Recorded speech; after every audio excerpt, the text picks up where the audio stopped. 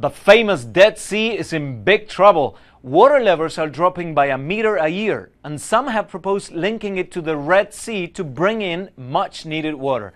But as ISRAEL21c's Sarah Sorcher reports, that has some environmentalists seeing red. A group of Israeli, Jordanian, and Palestinian environmentalists put politics aside to challenge a World Bank administered plan to revive the Dead Sea by linking it to the Red Sea with a pipeline, canal, or tunnel. Currently in feasibility studies, the estimated $15 billion Red Dead conduit is the most prominent plan to save the Dead Sea. But environmentalists and businesses alike are warning that the conduit could destroy the sea's fragile and unique ecosystem. This is a mega project that we're afraid will change the whole plane of the area. For the first time in the world, they're trying to connect two seas. There's much too little time that is being given for enormous impacts that are supposed to be studied. The sea is shrinking by a meter in depth every year because the main tributary that feeds it, the Jordan River, is drying up.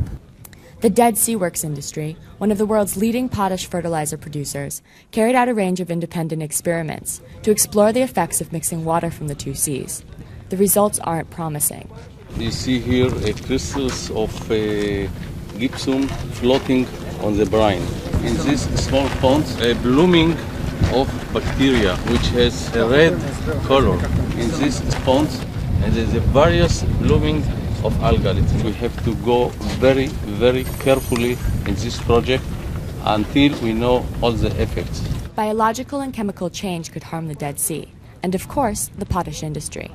If the World Bank feasibility study shows promise, the Israeli Water Authority said that a pilot experiment in the Dead Sea may be the next step.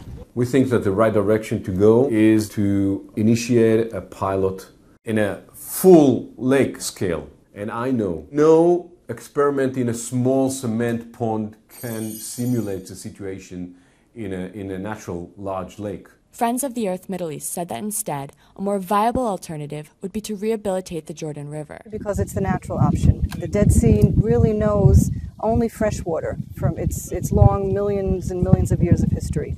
And the Jordan River is the freshwater tributary into the Dead Sea. If we rehabilitate the Jordan River, we have no environmental consequences. I think that this is not realistic. We don't have this water. Not all researchers believe that the Dead Sea will disappear completely. With this in mind, environmentalists are warning against major infrastructure changes that could have potentially harmful consequences. This is Sarah Sorcher of ISRAEL21c for CNN Worldview.